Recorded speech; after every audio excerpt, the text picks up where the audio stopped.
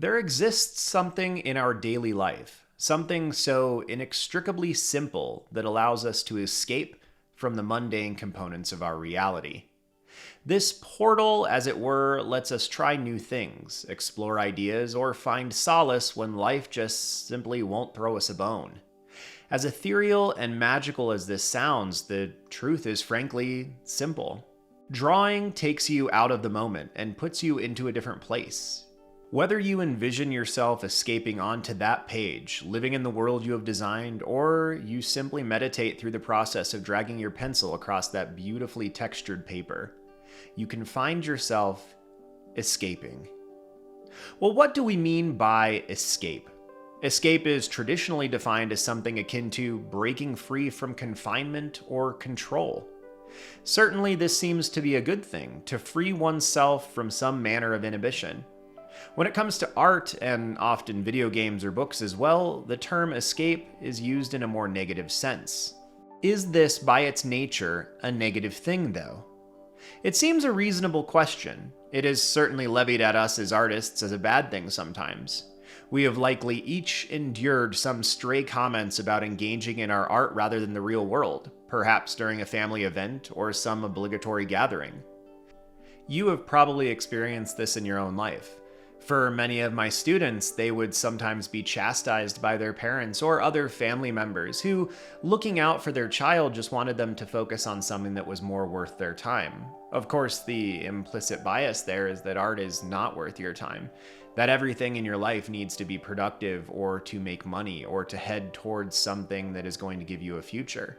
Now, I don't want to get into a lot of discussion here about how all of those things can be true for art, but we get this feedback sometimes. We have people in our lives that refer to our art as an escape, and they mean it in a sinister way. This may touch more broadly on the fact that non-artists will likely never understand what it is like to be an artist. Empathy is a powerful thing, and whilst I think we can agree that it is very important to put yourself into someone else's shoes, the process is never 100% effective. Many people in our lives think they understand what it is like to be an artist, but artists are different, and thus our makeup is not always the same as other people. We use art to escape normal everyday life, our jobs, our stresses, but good things too. We escape from one good thing into another, into an alternate world, or into something exciting. So let's look at why we do this, and in the process, hopefully understand ourselves just a little better.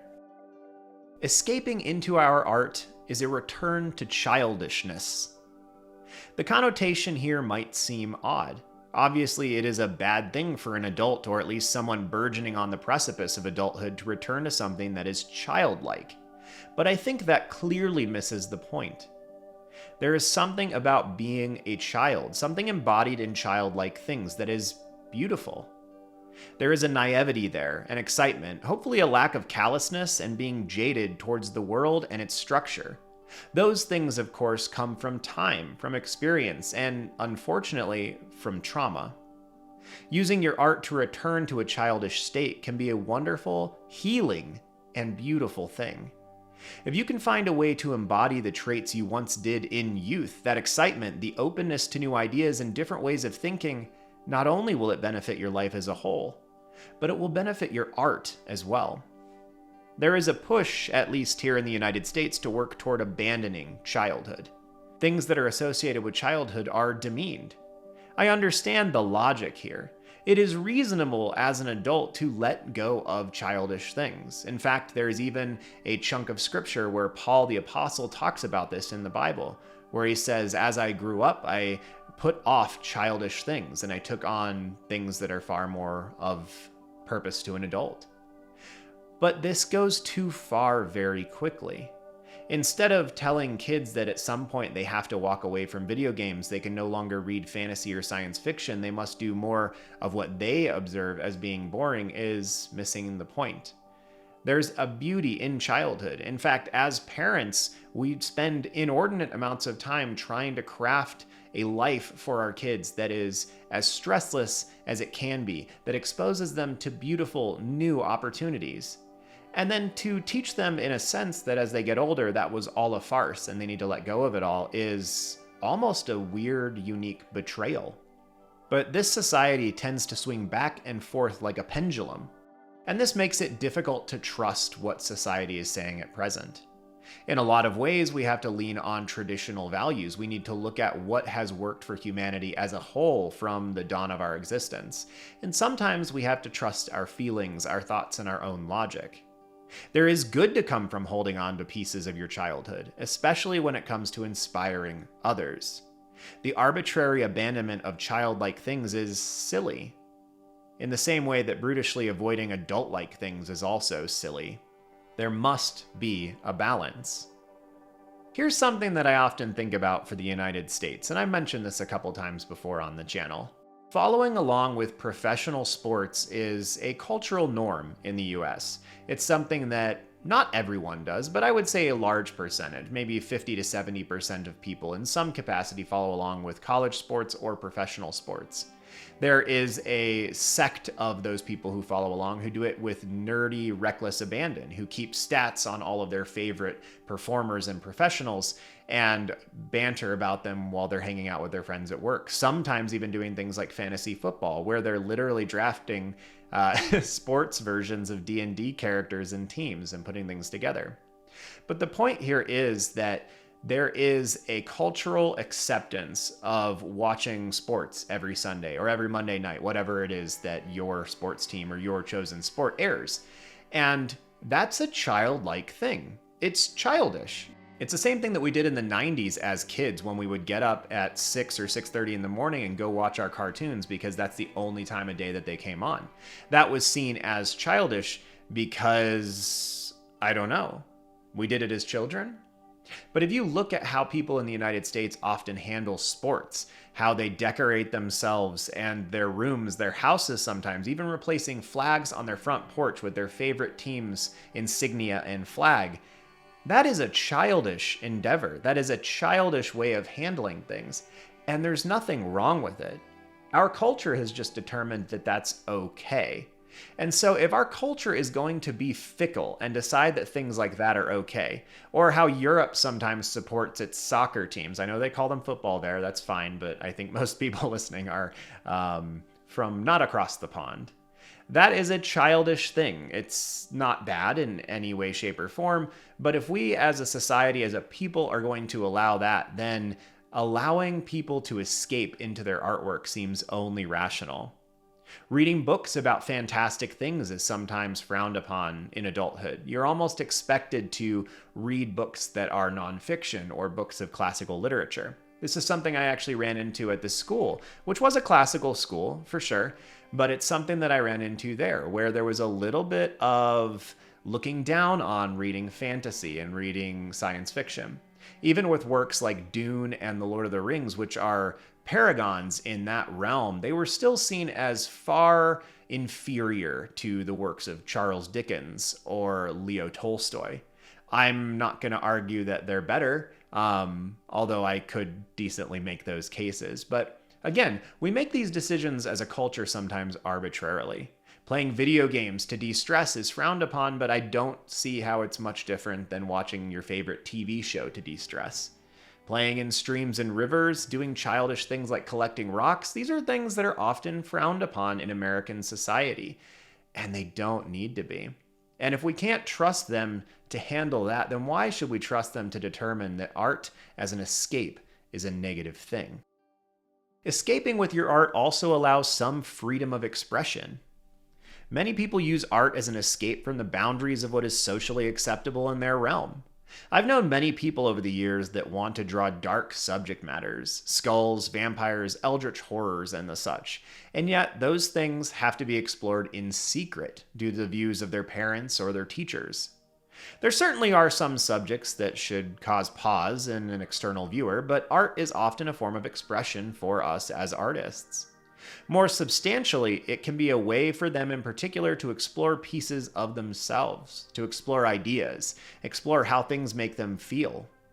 It can be an escape into a different sensory experience, and the freedom it represents can be exhilarating. Or for some people, it can simply make them feel like they can breathe for the first time. I drew lots of skulls, ghosts, and demons as a kid. I'm sure my parents, if they ever noticed what I was drawing, were mildly concerned. But there was nothing there. I was not suddenly interested in the occult or opening a portal to hell. I found these things interesting, maybe because there was a certain sense of my parents would think this was strange, or maybe just because I liked the designs of things. It always feels like things that edge into that dark territory are a little bit more interesting to play with, a little bit more interesting to depict. But it's hard to tell. The escape, the ability to try new things, to play with different design choices, to say different things with different aesthetics, was exciting. And it was an escape. There was nothing really strange about it, but I have run into many parents over the years of teaching that had reactions akin to what I might have expected from my own. I usually tried to lessen their concerns, explaining that artists simply have to explore some things sometimes. I wish I had a more eloquent way to tell non-artists that, hey, sometimes we're just weird, and unless we build a machine that lets you see the world through our eyes for a moment, I'm not sure you're ever going to get it. So sometimes we as artists choose to escape using art simply as a freedom to express ourselves. Sometimes the escape is simply a distraction from the rest of our life.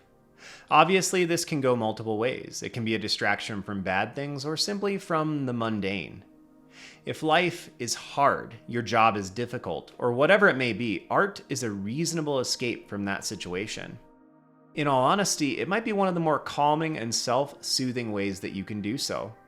I think that art is almost always productive for the human soul, and exploring in that way is likely far more often helpful than it is hurtful. So if life is difficult, then it can be a way for you to escape that reality for a time, to focus on things that are far more interesting. The temptation in this manner of escape is likely between what thing you use for said escape.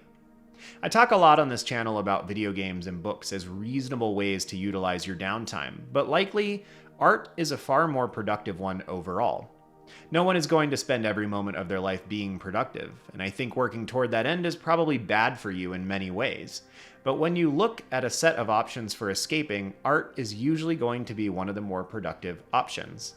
Unfortunately, in my time teaching, I ran into many cases where art was an escape from a really rough home life for a lot of my students. They would draw not necessarily the things that you would expect. They wouldn't draw dark things or things that talked about self-harm, but they would use their art often to escape into beautiful worlds of their own constructions. I saw lots of fairies and dragons and mythical things in this same train of thought. This was something that was helpful, that was beneficial for those students who often were just going through difficult times at home. Potentially a divorce or a rough relationship with one of their parents. Maybe one of their siblings was having a tough time, or maybe one of their siblings was in the hospital. This was a frequent thing that I ran into, and art as an escape in this sense is perhaps one of the best things you could possibly do. But sometimes the escape is just from something boring. Life, even a good life, can have many periods where things are just uninteresting. If you work a job that is the same set of tasks every day, or if you're a stay-at-home parent who is tired of folding 30 loads of laundry each week, something like art can be a beautiful break from that monotony. I often find that in my own life, art is like a spice that makes the dish of my average day more interesting. That in between the tasks of taking care of other things, I can sneak in some robots, sneak in some design, or come down and work on the very piece you're watching in the background. Just yesterday, while I was sitting at the gallery, I had a chance to work on some sketches for Andorra for the little children's book that I'd like to put together over the course of this year. It was just a couple minutes here and there where I was escaping in between other duties of talking to people as they came in or making sure that everything was in correct order. But that is often how art is for me, is it's just a little bit of spice, a little bit of sugar or salt in a thing that would be otherwise slightly bland, and it makes things better. So sometimes just escaping from the mundane, from the boring, from the uninteresting is what art might allow you to do, and it's a beautiful thing in that capacity. Sometimes, however, if life is really difficult, art can be an escape to safety. If you are in a situation where you do not have a lot of people you can confide in, you have difficult things to work through, journaling and drawing, painting, and working with your hands can help soothe and direct those energies. Life is not easy, but art can provide safety for many people. I had a pretty good childhood, but I did get in trouble a lot. Likely mix of pushing boundaries and simply trying to understand how the world worked, but I was very frequently grounded in my youth. I've often said in only semi-jest that I spent about 2/3 of my high school career grounded. And it's more or less true, though it doesn't mean I was imprisoned in my room for the entire time. My mother would take away most of my entertainment. No television, no friends over, no video games. But she never took away my sketchbooks, and she never took away my books. At the time, I saw this as a win. She took away some of the most entertaining things for me, but she never took away all of my stuff, and she never took away my escapes. I honestly, at the time, thought this was an oversight, but it meant that I always had a place of safety, something to escape into if I needed it. As a parent now, I am trying to emulate some of those same choices and trying to think through as many actions as I can when it comes to rules and punishment. I never want to take her escapes away. There is a safety in having the escape, the opportunity to get away from things, and art can do a lovely job of that for many of us. What about freedom from the confines of our normal? This is similar to escaping the mundane, but I think it bears its own set of thoughts and explanations. People have asked me many times why I read fantasy and science fiction, and these questions were frequently coming up in the time that I spent on the school, just like I mentioned earlier. I spent a fair bit of time while I worked there going over classical literature, reading or rereading To Kill a Mockingbird, the Odyssey, the Iliad, the Aeneid, the Scarlet Letter, and many others. But it seemed to bother some of those people that my greatest pleasure in reading came from fiction outside of their categories. My response, juvenile as it might have been, was simple. I don't want to read about something that I could just go experience. Art functions similarly. It allowed me to escape from the normal, from the everyday. I could draw things I could never hope to see or to be. I could make monsters, eldritch horrors, demonic entities. The list is infinite, though I'm noticing as I'm looking over these limited items on my script, those are all kind of dark and strange. There were also a lot of dragons and dinosaurs and, just other normal things. A lot of animals. I spent a lot of time drawing animals as a kid. The exploration of the impossible, though, was exciting. Yes, I still drew from life and worked from references, but the goal of those things for me has always been and still is to equip me with the ability to draw believable things from my imagination. Often in my times teaching, I watched the same thing happen in my students. Kids would come in as if they had been bored all morning or all day and would light up, coming to life as they began to depict dragons, wizards, or strange mushrooms in their work. I know some of this might occur simply because the art room is often seen as a lower stress environment than the rest of school, and in a lot of people's minds, the art room was easier. I got flack a lot of times over the years, though, because I actually graded harder than most of the other teachers. It's difficult to tell in my first couple years teaching if that was done in response to the idea that art is easy, and it was a juvenile response in me that said, no, I'll show you, I'll grade harder than all you guys. But I think at the end of the day, what it really came down to is what's the purpose of an art class? The purpose of an art class is to help people fall in love with art, help people find the medium that they gravitate towards best, and then help them improve their skills. And so I had many a discussion with students when I would give them an A- or a B+ on something, and they would always ask, well, why did I get this? And my argument with them was usually, well, if I gave you an A+ on it, if I gave you an A on this painting, what does that tell you? And they would respond in some fashion that would tell me that it was good enough. And I asked them, well, would you continue working on it? They would go, no, I have the grade. I went, well, if I gave you a B on that painting, what are you going to do? Well, I'm going to want to be better. I'm going to want to try harder. I'm going to go back and work on it again. And my response, smiling, was always, then why in the world would I ever give you the A? Now, if you are tensing up hearing this, understand that there is no way that I was going to let this impact their quarterly or semester grade. But what this did was it helped me get the students to a place where they understood that this is about getting better. It's about learning how to do a thing. It's not about getting a grade. Grades in art really are silly and mostly pointless. I can devise the best rubric ever, but at the end of the day, what is the purpose? And if you go back to the purpose of that art room, it's really to get those conversations going and to get everyone to try to become better at what they're doing. And a huge part of that task from my perspective was to help kids understand that they could use art to escape from the normal, that they could use this art to do things that they wouldn't do otherwise. And for so many who actually put in the time, who put in the effort, who stuck with it for a couple years, they ended up pulling joy out of it. And for some of them, it took a long time. Some, it took like 7 or 8 different media before we finally found the thing that they gravitated towards. But that's usually what it was.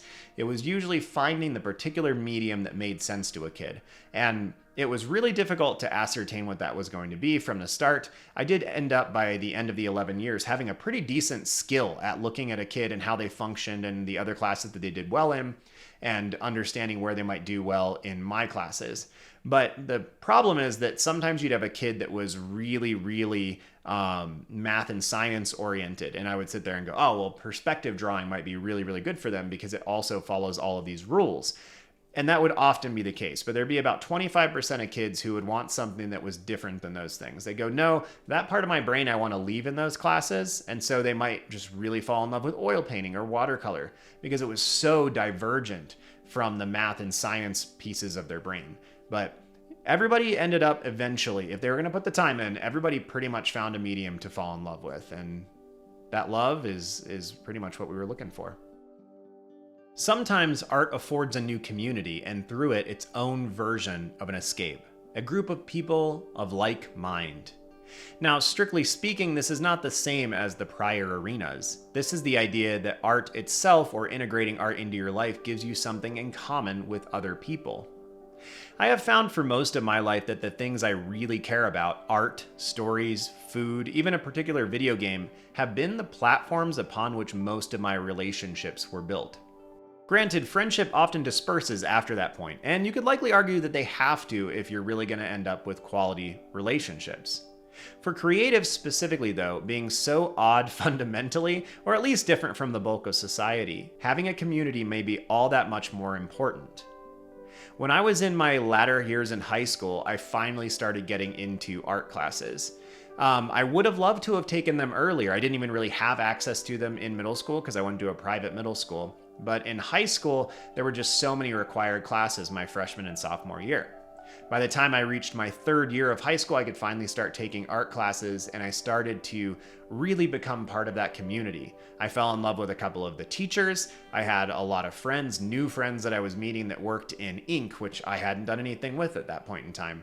I took a painting class for the first time and felt like a noob, and it was really uncomfortable, but I learned things. I built canvases, and I painted abstract art trying to pass it off, and my teacher would look over her glasses at me and be like, "You're just messing with me, aren't you?" Not that there's anything wrong with abstract art, but I didn't respect it back then, and she knew it. So I found that community. And that was a huge turning point in my life, to find a group of other creatives, people that stayed up late at night copying things from Dragon Ball Z, or trying to tell their stories, or designing space operas. It was wonderful. I never really had a sense of feeling like an outcast or a weirdo because of my art tendencies. I had those reactions because of plenty of other things. But in high school, I didn't feel much like an outcast in my upper years. But when I found that I had access to other people that were like me in this creative sense, it was freeing. And it was wonderful. And it gave me this ability to escape from the doldrums of normal high school activities and to invest in things that were far more interesting to me. I ran into friends where I could sit and talk to them about Star Wars for hours and hours and hours, or we could talk about Lord of the Rings, and I could learn all these things I didn't know because I didn't have access to the Silmarillion and all of the extended Legendarium. So that culture, that community was a wonderful thing, and it set me up for heading to college, where I built a second community, because I went to art school. I know I've done several videos and podcasts on this channel about why you shouldn't go to art school, and that's a discussion I'm more than happy and willing to have at any point in time. So if you have any questions about that, just leave them in the comments below. But when I went to art college, probably the best part about it was that innate community. The building that we went to for all of our classes was art exclusive. So if you were in that building, you were an artist, unless you were the 1% of students who were just taking an art class to basically fulfill some random requirement. But they were so rare that I have no recollection of running into them. I'm only putting it here as a caveat. So When I went into a painting class, a drawing class, a sculpture class, even my pottery class, loath as I was to attend it, every person in that room had something in common with me right off the bat. And that is maybe the most powerful thing about going to an art school, is there was this sense of camaraderie right off the bat. And especially in the intro classes, there was an idea that we're all here to learn, we're all here to be artists and creatives, and we all know basically nothing. So it made it far less embarrassing that you didn't know how to mix your colors correctly the first time you touched oil paint.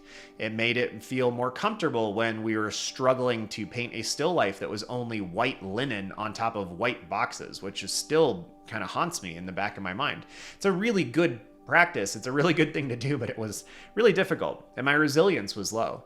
So the camaraderie, the community there was immense, and it only grew tighter as I got further and further on in my classes. As I got up into my major, which was graphic design and art education, the graphic design kids were the same in all of my classes, with a little iterations between each semester. So getting to know all of those people, doing critiques with them time and time again, you were less stressed about the feedback, you were less stressed about all these things. It was lovely. And though things at the place that I was living, or with my other friend groups, or at home might have been really weird or wonky, I always knew that I could escape to that strange art building and my strange art community. And that's the thing, is that community for artists is maybe all the more important for us than it is for so many others. So if you're looking for that, I would encourage you to check out the Discord community that we've set up recently for this channel. You'll find you'll find a link for it in the description below. But I would encourage you to at least check it out. It's new right now, we're just starting, but we're trying to build something like that. Something where we can just be our own weird artist selves. We can get feedback on our work, but sometimes we can just be excited for one another about what each of us are doing. Sometimes the escape is just to get into a world that we created, or into the worlds created by others. I left this category last, and I am pondering why now. This, for me, is likely the greatest reason that I engage in art. I love the ability to build something, to get into it, to try to embody what it must feel like to be a part of that particular world. Most of what has spurred my creativity for the last 25 years has been the stories that I want to tell. I was inspired by Tolkien, by L. Ron Hubbard, by Heinlein, and by Frank Herbert. These great authors who constructed breathtaking, breathing, believable artificial worlds that captured the mind of a much younger Zach. And frankly, they still capture me now, even at almost 40 years of age, as 40 looms on the horizon before me. And this is a beautiful, common reason for escaping into art.